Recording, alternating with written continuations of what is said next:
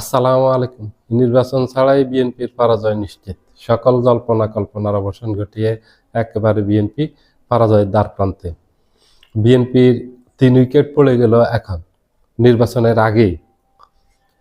কুমিল্লা সাইর দেবিদ্বার হাসনাত আবদুল্লাহর আসনে, যে আসনে হাসনাত আবদুল্লাহ নির্বাচন করতেছে, সেখানে মঞ্জুরুল আহসান মুন্সি ও আর নির্বাচন করতে পারবে না। সেটা বিএনপির আসন শেষ। কুমিল্লা 10 আসন বিএনপির আব্দুল গফুর চৌধুরী। নাঙ্গলকোট আসন যেটা 10, সেটা হলো কুমিল্লা 10। আব্দুল গফুর চৌধুরীর উইকেট শেষ। সেটা দ্বৈত নাগরিকত্বের কারণে সেই উইকেট পড়ে গেছে, সেটা আর পাবে না বিএনপি। সেখানে বিএনপির হিসাব ক্লোজ। চট্টগ্রাম 2 আসন ফটিকছড়ি, সেখানেও বিএনপির উইকেট পড়ে গেছে, সেটাও শেষ। বিএনপি সেখানে আর ওই আসনে ফেরত পাবে না, কারণ ওখানে প্রার্থী নেই। এই 3টা শেষ হলো বিএনপির নির্বাচনের আগেই, কিন্তু এই 3টা শেষ। এবার আসেন বিএনপির বিদ্রোহী প্রার্থী আছে 92টা মাঠে। এই 92টা বিএনপি একটাও পাবে না। 92টা আসনের মাঝে এখানে বেশিরভাগ আসনে জিতবে জামাত জোটের প্রার্থী, যেহেতু এখানে আর বড় অন্য কোনো জোট নাই, বড় অন্য কোনো দল নেই। এখানে বাংলাদেশের মাঠে এখন 2টা জোট আছে, অথবা বড় 2টা দল আছে। একটা হলো জামায়াত ইসলামীর নেতৃত্বাধীন সবচেয়ে বড় শক্তিশালী জোট বাংলাদেশের, আর দ্বিতীয় হলো বিএনপি। বিএনপি জোটে খুবই ক্ষুদ্র হয়ে গেছে, কারণ এখান থেকে মাহমুদুর রহমান মান্নার নাগরিক আজকে বেরিয়ে গেছে, কর্নেল অলি আহমেদের এলডিপি আগে বেরিয়ে গেছে, তার আগে বেরিয়ে গেছে আসম আব্দুর রবের জাসদ। বড় 3টা দল বেরিয়ে গেছে। এখন সেখানে নামকা আসতে শুধু 2টা দল আছে। নুরুল হক নূরের গণ অধিকার, সেখান থেকে তাও আবার রাশেদ খান বিএনপিতে যোগদান করছে। তো নুরুল হক নূরের তো আর দেশব্যাপী কোনো সাংগঠনিক সক্ষমতা নেই, তার যেটুকু আছে পটুয়াখালী কেন্দ্রিক। তাও সেখানে যে বিশাল জনপ্রিয়তা আছে সেটা না, কারণ নুরুল হক নূর তার নিজের যে আসন আছে সেই আসনে চ্যালেঞ্জের মুখে পড়ছে বিএনপির প্রার্থীর হাসান মামুনের এই সেখানে বিএনপির বিদ্রোহী প্রার্থী, সেখান থেকে নুরুল হক নূর হেরে যাবে, এটা সবার ধারণা, এটা সবার বিশ্লেষণে আসতেছে। কারণ সেখানকার তৃণমূলের বিএনপি নেতাকর্মী সমর্থক সবাই হাসান আল মামুনকে সাপোর্ট দিয়েছে। তা সেখানে নুরুল হক নূর হবে না, কারণ হলো সেখানে তার এককভাবে ওই ধরনের ভোট ব্যাংক নেই। 10-20 হাজার ভোট আছে, এটা দিতে আপনি এমপি হতে পারবেন না। তাইলে নুরুল হক নূরের হিসাব বাদ, খুবই ছোট দল হিসাবে আছে। আর খেলাপথে কি একটা ইসলামী দল আছে, এই যে বিএনপির সাথেই, আর কোনো দল নেই। তাহলে বড় দলগুলো বিএনপি থেকে সরে গেল, বিএনপির জোট ভেঙে গেল, বিএনপি জোট বড় করতে পারেনি। এবং বিএনপির 92টা আসনে বিদ্রোহী প্রার্থী আছে, এই বিদ্রোহী প্রার্থীদের ভোট ভাগ হয়ে যাবে। অনেক আসনে বিএনপির 2 জন প্রার্থী আছে বিদ্রোহী, বিএনপির প্রার্থী সহ 3 জন। তো এই 3 জায়গায় তো ভোট এমনিতেই ভাগ হয়ে যাবে। এটা তো হিসাব, সহজ হিসাব। প্রত্যেকের অনুসারে প্রত্যেককে ভোট দিবে, 3 জনের অনুসারে 3 জনকে ভোট দিবে, ভোট ভাগ হয়ে যাবে। আর একক ভোট যে পাবে সেই আগামী নির্বাচনে বিজয়ী হবে। একক ভোটটা পাবে কে? জামায়াত ইসলামী একক ভোট পাবে। আত্মবিকল্প কোনো জোট নেই সারা বাংলাদেশে। 300 আসন কিন্তু সারা বাংলাদেশে আর কেউ নমিনেশন দেয়নি, জামায়াত জোটের আছে। জাতীয় পার্টি অল্প কয়টা আসনে দিয়েছে, জাতীয় পার্টিতে হিসাব করে লাভ নেই। জাতীয় পার্টির যে রংপুরে একটা আসন পাবে কিনা সন্দেহ আছে, কারণ রংপুরে জাতীয় পার্টির ঘাঁটি। এখন জাতীয় পার্টির অবস্থা হয়েছে একেবারে মুমূর্ষু অবস্থা। জাতীয় পার্টি এটার এখন দেখেন না, নাম গন্ধ কিচ্ছু নেই রাজনীতিতে, কোনো সাড়া শব্দ নেই, মৃতর মতো আছে জাতীয় পার্টি।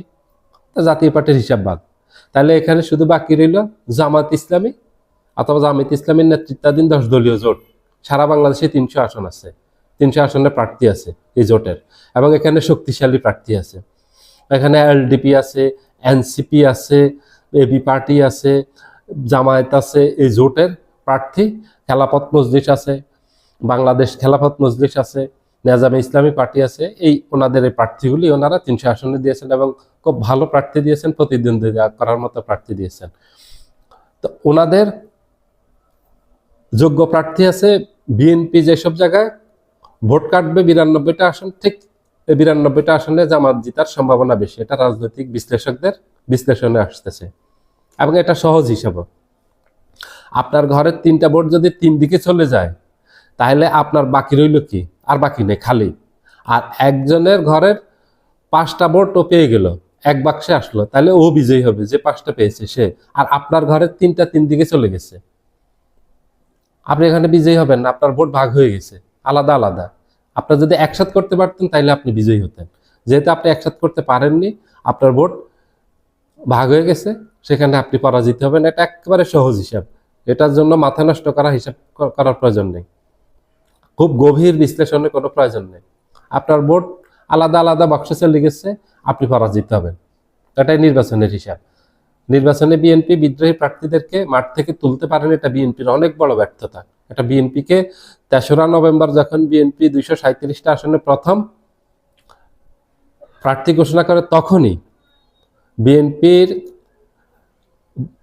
যেসব শুভাকাঙ্ক্ষী আছে তারা বিএনপিকে বলছে যে যারা মনোনয়ন বঞ্চিত হয়েছে, অনেক ত্যাগী প্রার্থী বঞ্চিত হয়েছে, অনেক জনপ্রিয় প্রার্থী বঞ্চিত হয়েছে মনোনয়ন, এবং অনেক যোগ্য প্রার্থী বঞ্চিত হয়েছে, তাদের সাথে বসেন, বসে আলাপ করেন, তারা যেন বিদ্রোহী প্রার্থী হিসেবে মাঠে না নামে। মাঠে নামলে বিএনপির সর্বনাশ হবে, কারণ তখনও তারেক জিয়া দেশে আসে নাই, তারেক জিয়া বিদেশে।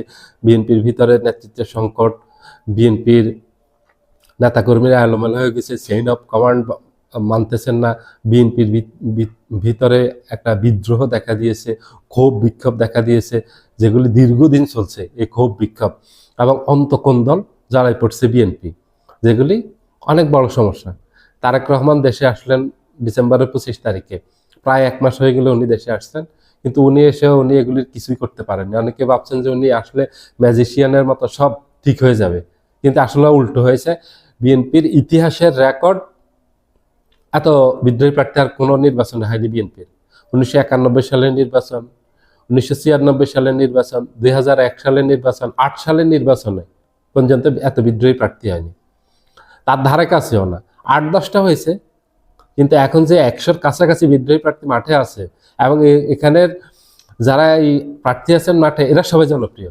এরা হলো তৃণমূলে যারা আছেন জেলা উপজেলার পর্যায়ে নেতা কর্মী সমর্থকদের কাছে এরা জনপ্রিয়, কারণ গত 17 বছর এরা নেতা কর্মীদের পাশে ছিলেন, বিপদে আপদে, জেল জুলুম। শেখ হাসিনা যে একজন নেতা কর্মীর নামে 20টা 30টা 50টা 100টা মামলা দিয়েছেন, এগুলি পরিচালনা করার জন্য দলের নেতা কর্মীদের পাশে ছিলেন।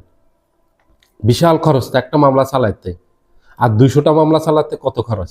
এইসব নেতারা এই তৃণমূলের কর্মী সমর্থকদের পাশে ছিলেন, সবসময় পাশে থেকে তাদেরকে সহযোগিতা করছেন, এবং দলের পাশে ছিলেন, বিপদে আপদে দলকে ছেড়ে যাননি, দলের দুঃসময় দলকে ছেড়ে যাননি। রাজপথে আন্দোলন করছেন গত 17 বছর, ব্যাপক ত্যাগ স্বীকার করছেন। এই কারণে ওইসব আসনে বিএনপির এই বিদ্রোহী প্রার্থীরা জেতার সম্ভাবনা বেশি, যেহেতু তারা ত্যাগী, তাদের তৃণমূলে একটা ভিত্তি আছে, জনভিত্তি আছে, জনসমর্থন আছে, নেতা কর্মী সমর্থকদের সমর্থন আছে, এজন্য তারা সেখানে বিজয়ী হবেন। কেন্দ্র থেকে যাদেরকে দেওয়া হয়েছে তাদের জনভিত্তি নেই, তারা বিপদে পড়ছে সেখানে প্রার্থিতা নিয়ে। এখন তারা দ্বিধাদ্বন্দ্বে আছে যে তারা পরাজিত হবে, এটা নিয়ে তারা একটা ভয় আছে, একটা শঙ্কায় আছে যে এগুলিতে তারা পরাজিত হবে। বিএনপি অনেক জায়গায় পদক্ষেপ নিয়েছে, বিএনপির বিদ্রোহী প্রার্থীদের বিরুদ্ধে অনেক জায়গায় বহিষ্কার করছে, অনেককে সতর্ক করছে, কিন্তু কিছুতেই কাজে আসেনি। একজনও এই মাঠ থেকে তাদের নমিনেশন প্রত্যাহার করেননি, গতকালকে শেষ দিন ছিল, করেননি। সবাই নির্বাচন করবেন, যে বহিষ্কার করুক যাই করুক আমরা নির্বাচন করব, যেহেতু তৃণমূল ছাড়ছে। বিএনপি সর্বনাশ এটাই হয়েছে, একেবারে জল্পনা কল্পনার অবসান ঘটিয়ে বিএনপি আগামী নির্বাচনে এই নির্বাচনের আগেই পরাজিত হবে, এটা নিশ্চিত। সবাই ভালো থাকবেন, আল্লাহ হাফেজ।